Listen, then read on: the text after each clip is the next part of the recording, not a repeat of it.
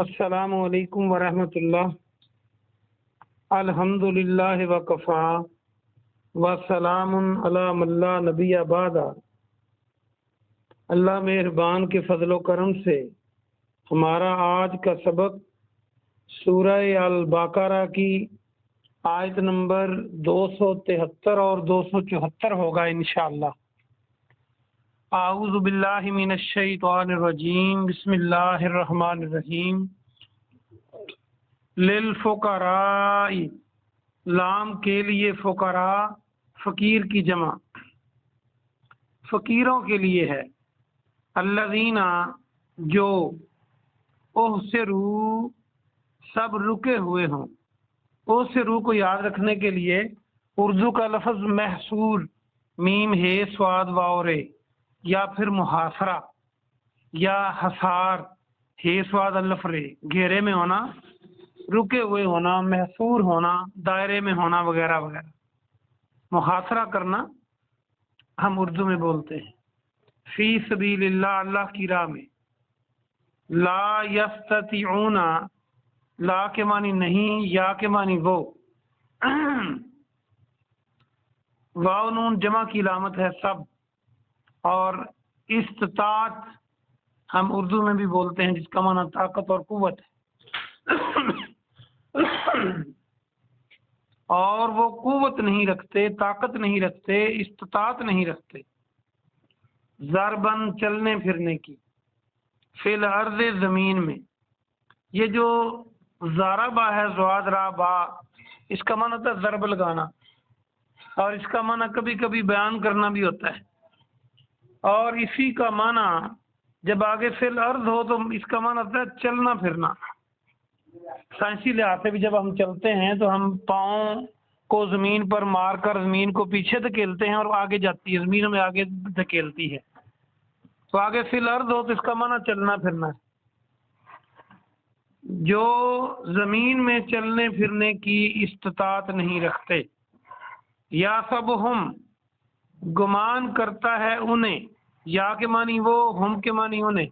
حسبہ، گمان کرنا، آپ پہلے پڑھ چکے ہیں، حساب لگانا۔ گمان کرتا ہے وہ انہیں، الجاہل، ناواقف۔ جاہل کو جاہل اسی لیے کہتے ہیں کہ وہ علم سے ناواقف ہوتا ہے۔ اغنیا، مالدار، غنی، غنی کی جمع اغنیا۔ من التعفف، من سے التعفف جو ہے، یہ نیا لفظ یاد کر لیں، نہ مانگنا، نہ مانگنے کی وجہ سے۔ تعریفہم، آپ پہچان سکتے ہیں ان کو، بسیماہم، ان کے چہروں سے۔ سیما بھی پہلے آپ پڑھ چکے ہیں۔ لا یسالون، نہیں وہ سوال کرتے، الناسا، لوگوں سے، الحافا، لپٹ کر۔ الحافہ کو یاد رکھنے کے لیے جو رضائی ہم اوپر کرتے ہیں، اسے عربی میں لحاف کہتے ہیں، اردو میں ہم اسے لحاف کہتے ہیں۔ تو یہ لپیٹ لیتی ہم کو۔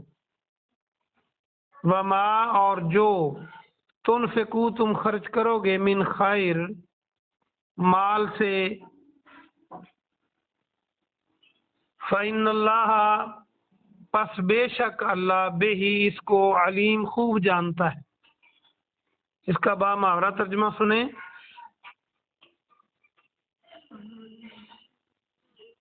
ان فقیروں کے لیے جو اللہ کی راہ میں رکے ہوئے ہوں اور وہ زمین میں چلنے پھرنے کی طاقت نہ رکھتے ہوں، دیکھنے والا جو مالدار ہو وہ انہیں گمان کرتا ہے نہ مانگنے کی وجہ سے، انہیں مالدار سمجھتا ہے۔ دیکھنے والا نہ مانگنے کی وجہ سے ان کو مالدار سمجھتا ہے۔ آپ ان کو چہروں سے پہچان سکتے ہیں، وہ لوگوں سے لپٹ کر سوال نہیں کرتے، اور جو کچھ تم خرچ کرو گے مال سے، اللہ اس کو خوب جانتا ہے۔ اگلی آیت مبارکہ دیکھیں۔ الذین ینفقون اموالہم، الذین، وہ لوگ، ینفقون، جو خرچ کرتے ہیں، اموالہم، اپنے مالوں کو، باللیل والنہار، رات کو اور دن کو۔ لیل رات ہوتی ہے، نہار دن ہوتا ہے۔ نہار منہ آپ کہتے ہیں اس کو یاد رکھنے کے لیے کوئی چیز خالی پیٹ کھانی ہو دن کے شروع میں تو ڈاکٹر کہتے ہیں نہار منہ کھائیں. باللیل والنہار، رات اور دن، سرم و علانیہ، سرن چھپا کر اور علانیہ اعلان کر کے. اسی لیے سری نمازیں کہتے ہیں ہم جو خفیہ پڑھی جاتی ہیں، یعنی بلند آواز سے نہیں پڑھی جاتی. فَلَهُمْ پس ان کے لیے اجرہم اجر ہے عند ربہم ان کے رب کے پاس. ولا خوف علیہم اور ان پر خوف نہیں ہوگا. ولا ہم یحزنون اور نہ وہ غمگین ہوں گے. یحزنون کو یاد رکھنے کے لیے حزن پہلے آپ پڑھ چکے ہے زے نون. اس کا با محاورہ ترجمہ سنیں. وہ لوگ جو اپنے مالوں کو دن اور رات خفیہ اور علانیہ خرچ کرتے ہیں ان کے لیے ان کے رب کے پاس ان کا اجر ہے، نہ وہ خوف زدہ ہوں گے اور نہ وہ غمگین ہوں گے. یہ آسان سا سبق تھا، ایک دو لفظ نئے آئے، آپ یاد کریں ان کو. آئیے ہم اس کی تفسیر دیکھتے ہیں. ہمارے رب نے آج کی آیات میں ہمارے لیے کیا ارشاد فرمایا ہے. جب آپ قرآن پڑھیں تو یہ رب سے باتیں ہیں، رب سے باتیں ہیں، اپنے اللہ سے ہم باتیں کر رہے ہیں. ہمارا رب ہمیں حکم دے رہا ہے، یہ قرآن ہے، یہ اللہ کا کلام ہے. اللہ فرماتا ہے، مفسرین نے تو یہ لکھا ہے کہ یہ ان سے مراد جو گھرے ہوئے ہوں اور چلنے کی طاقت نہ رکھتے ہوں، ان سے مراد مہاجرین ہیں جو مکہ سے مدینہ گئے تھے ہجرت کر کے. ان سے مراد وہ ہیں. لیکن اس میں ان کے ساتھ جیسے قرآن کا اعجاز ہے، یہ بھی ان میں شامل ہیں جو اور مسلمان اس طرح کی صورتحال سے دو چار ہو جائیں، ان کو بھی کہا، ان کو بھی لیا جائے گا اس میں. تو بہرحال جو لوگ مجبور ہو جائیں کہیں اللہ کے راستے میں، وہ چل پھر نہ سکتے ہوں، مطلب گھیرے میں آ جائیں یا ایسی جگہ پہ وہ پہنچ کر ان کو رکنا پڑ جائے جہاں وہ باہر نکل کے اپنا روزگار نہ حاصل کر سکیں. اگر غور سے دیکھیں تو مدرسوں کے طلباء بھی اس میں آتے ہیں کہ وہ کہیں جا کے بیٹھ کے پڑھتے ہیں، اور اگر وہ جا کے کمانے لگ جائیں تو وہ پڑھیں کیسے. اور جب کلاسیں ہوتی ہیں، جب کلاسوں سے فارغ ہوتے ہیں تو اس وقت کمانے کے ذرائع نہیں ہوتے. تو بہرحال یہ وہ لوگ ہیں جو مانگتے نہ ہوں، اور جو عام آدمی ہے وہ ان کو سمجھتا ہے نہ مانگنے کی کہ یہ بڑے امیر آدمی ہیں، یہ غنی ہیں، لیکن آپ ان کو دیں، آپ ان کے چہروں سے پہچان سکتے ہیں.